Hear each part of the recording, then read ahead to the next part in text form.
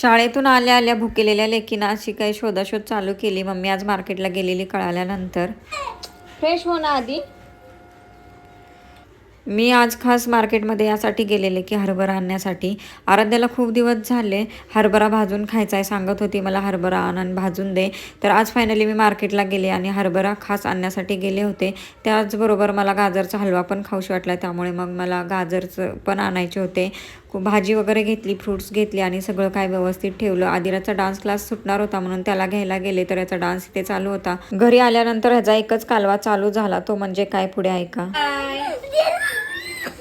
जिलेबी, कसली जिलेबी?